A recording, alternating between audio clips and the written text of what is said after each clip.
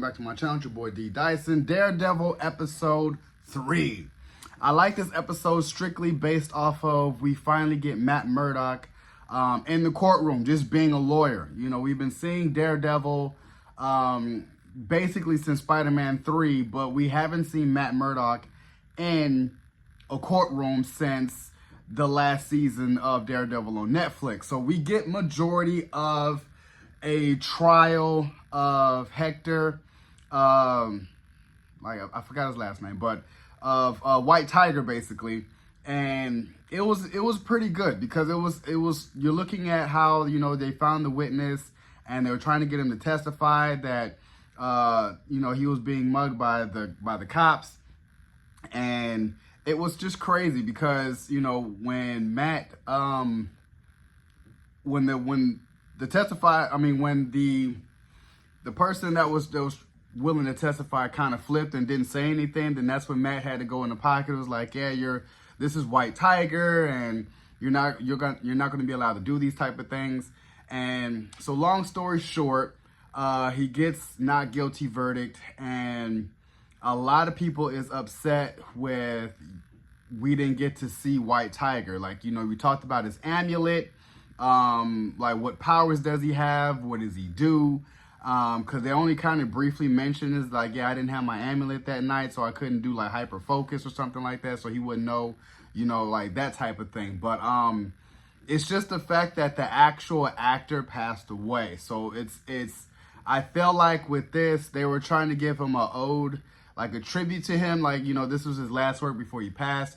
That was kind of my ideal, because even at the end of the episode, where they quote unquote White Tiger dies by the Punisher supposedly, but we all know that the cops have that Punisher tattooed on them. So it's basically they're going out as a vigilante, or they look up in some type of way to the Punisher. So that's leading into the next episode of Daredevil, aka MattMurdock, is going to go visit the Punisher. So we're probably getting Jon Bernthal finally in Daredevil next week, and I'm so excited for that.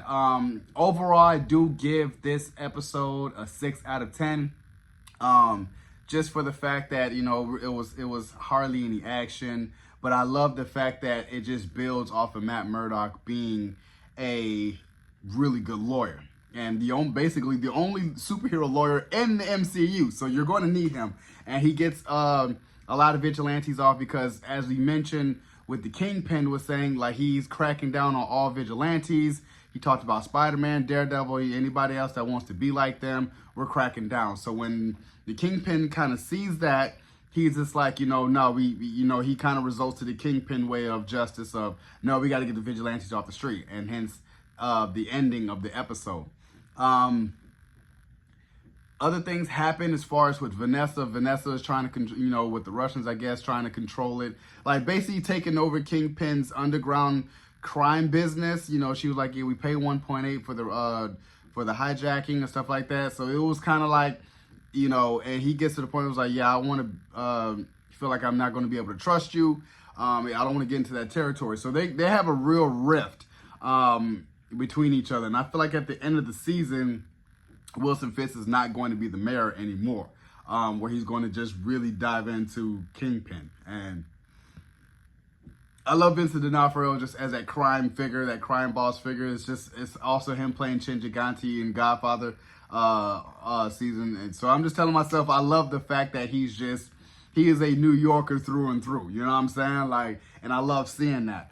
But other than that, yeah, I think this is like a build-up episode for next week, which is going to be massively, massively popular, and I can't wait for it. So, you guys enjoyed my review of Daredevil episode 3 of Daredevil Born Again. Subscribe to my channel, post a comment down below, like the video. It's your boy, D Dyson. Peace.